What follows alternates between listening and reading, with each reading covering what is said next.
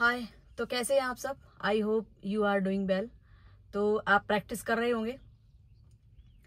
Last video में मैंने जो भी कार के फंक्शंस हैं उनके बारे में डिस्कस किया था, और अगर आपने वो वीडियो नहीं देखा है तो आप जाके वो वीडियो देखें। उसमें बहुत बेसिक जो जानकारी है वो सारी दी गई है, इम्पोर्टेंट जानकारी है।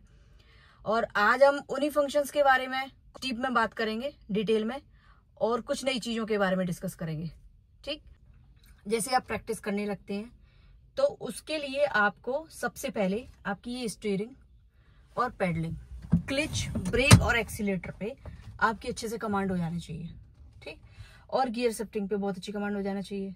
आपको ये इतना याद रहना चाहिए कि तो अगर गियर शिफ्ट करना है तो आपको उसकी तरफ देखना नहीं पड़े। आपको इतनी प्रैक्टिस कर लेनी है, उसके बाद आप गाड़ी ड्राइव करेंगे। राइट, तो अब मैं आपको स्टीयरिंग की पूरी डिटेलिंग, पेडलिंग की बहुत अच्छे से डेप्थ में डिटेलिंग, और गियर शिफ्ट की डिटेलिंग, स्टीयरिंग से रिलेटेड जो भी असेंबली है उसके बारे में बहुत डिटेल में बात करेंगे, क्योंकि ये अब काम में आने वाले हैं जब आप गाड़ी को खाली ग्राउंड में लेके जाते हैं और चलाने लगते हैं धीरे धीरे। तो इन चीजों के लिए, इन चीजों को लेकर हैबिचुअल होना पड़ेगा। अब हम बात करते हैं स्टीयरिंग को पकड़ने के तरीके के बारे में। तो सबसे बेस्ट जो तरीका होता है वो होता है ये एंगल का 3/9 एंगल का जो हमारा पकड़ने का तरीका होता है वो राइट तरीका होता है। इसका रीजन है, जब हम टर्न लेते हैं, हम टर्न लेंगे जब भी, ठीक, तो हमारा हाथ फ्री रहेगा। मैं सिर्फ वही चीजें बताऊंगी आपको जो करना है। राइट, तो स्टीयरिंग को यहाँ से पकड़ेंगे। जब भी हमें स्टीयरिंग को मोड़ना होगा तो हम इस तरीके से मोड़ेंगे। राइट, इधर मोड़ना होगा तो इस तरीके से इधर से मोड़ेंगे और ये स्टीयरिंग हमारी मुड़ती कर लेते हैं। कि जब आप को गाड़ी चलाते हुए, या आप जब बिगिनर पॉइंट पे होते हैं, आप थोड़ा थोड़ा चलाना सीख रहे हैं, सीख चुके हैं, और 10-15 दिन आपको हो गए हैं, उसके बाद आप स्टीयरिंग को ऐसे पर नहीं पकड़ेंगे। राइट, स्टार्टिंग में आप ऐसे ही पकड़ेंगे, लेकिन उसके बाद नहीं पकड़ेंगे। उसके बाद आप सिर्फ एक हाथ से प्रैक्टिस करेंगे। क्यों करेंगे? इसका रीजन है, अगर आप दोनों हाथों से चलाते हैं तो उस कंडीशन में क्या होगा, जब आपको गियर शिफ्ट करना होगा तो आप क्या करेंगे, जैसे अगर आपको इस चीज की आदत पड़ेगी ऐसे पकड़ने की, तो फिर आप जब गियर शिफ्ट करेंगे ना तो आपकी स्टीयरिंग फिर ऐसे ऐसे ऐसे ऐसे मूव करेगी, कंट्रोल में नहीं रहेगी। इसलिए आप पहले से ही एक हाथ से आप इसकी प्रैक्टिस करेंगे। और ये जो चीजें मैं बता रही हूँ उसको सबको मैं आपको गाड़ी चला के दिखा के बताऊंगी। दूसरा इसका रीजन ये है कि अगर हम ऐसी आदत डाल लेंगे अगर चलाने की, तो फिर हमें कार रिवर्स करनी होती है, और जब हम रिवर्स करेंगे फिर हमारा कैसे काम चलेगा, हमें पीछे भी देखना होगा, गियर शिफ्ट भी करना हो सकता है कि हमें गाड़ी आगे भी लेनी हो उस टाइम। तो इसलिए हम एक ही हाथ से गाड़ी को चलाने की पूरी प्रैक्टिस करेंगे, अच्छे से करेंगे। तीसरी चीज क्या है कि ये है पावर स्टीयरिंग। आपको इसमें ज्यादा दम नहीं लगानी है। राइट, और बहुत इशारे से चलेगी ये, आप थोड़ा सा करेंगे तो बहुत मूव कर जाएगी, तो आपको ज्यादा दम नहीं लगानी है इस पे। बहुत आराम से, इजीली, बहुत रिलैक्स्ड होके, कोई एजिटेशन नहीं होना चाहिए आपके अंदर, कोई भी आपके साथ डर नहीं होना चाहिए जब आप चला रहे हैं। फिर आप सब भूल जाओ, आप आराम से ये देखो, मुझे पेडलिंग आ गई है, मुझे गियर शिफ्ट करना आ गया है, और मुझे स्टीयरिंग पे मेरा कंट्रोल हो गया, और आराम से आप कार को चलाते रहेंगे। ठीक है, ये बात हो गई हमारी स्टीयरिंग।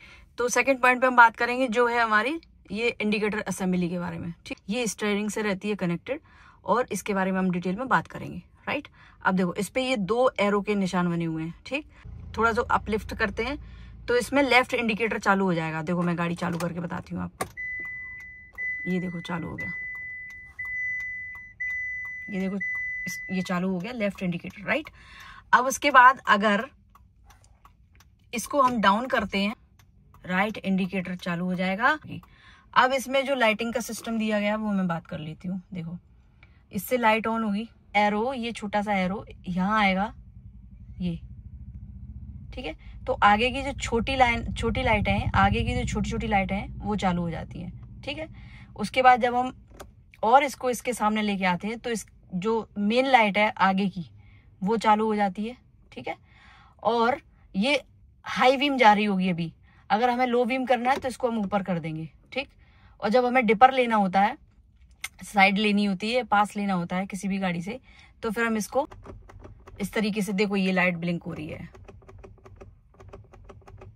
ठीक है, ये बात हो गई लाइट की, तो ये हमें आना चाहिए। तो जब भी हम टर्न लेंगे गाड़ी, जब हम सीख रहे हैं, जब भी हम टर्न लेंगे तो हम इंडिकेटर, अगर हम लेफ्ट टर्न लेते हैं तो ऊपर की तरफ इंडिकेटर को प्रेस करेंगे, और ये देखो इंडिकेटर चालू हो गया। और जब भी हम राइट टर्न, इसमें रहता क्या है कि जब हम लेफ्ट की तरफ टर्न ले लिया और जब हम जैसे मुड़ जाते हैं लेफ्ट की तरफ तो ये अपने आप बंद हो जाता है। वो मैं करके आपको दिखाऊंगी। तो लगभग 50 से 60 मीटर पहले हमें ये इंडिकेटर ऑन करना है, जिससे पीछे वाली गाड़ी को ये पता चल जाए कि आप टर्न लेने वाले हैं, तो अपनी स्पीड को कंट्रोल में कर लेगा। ठीक है,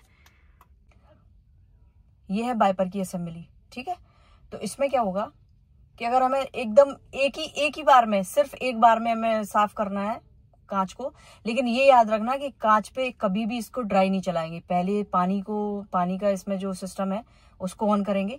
और पानी का सिस्टम कैसे ऑन होगा, इसको थोड़ा अपनी तरफ ऐसे प्रेस करेंगे तो वाइपर और पानी दोनों एक साथ चल जाएंगे। राइट, उसके बाद ये तो हो गया कांच साफ करने वाली बात कि हमें कांच साफ करना है पानी के साथ।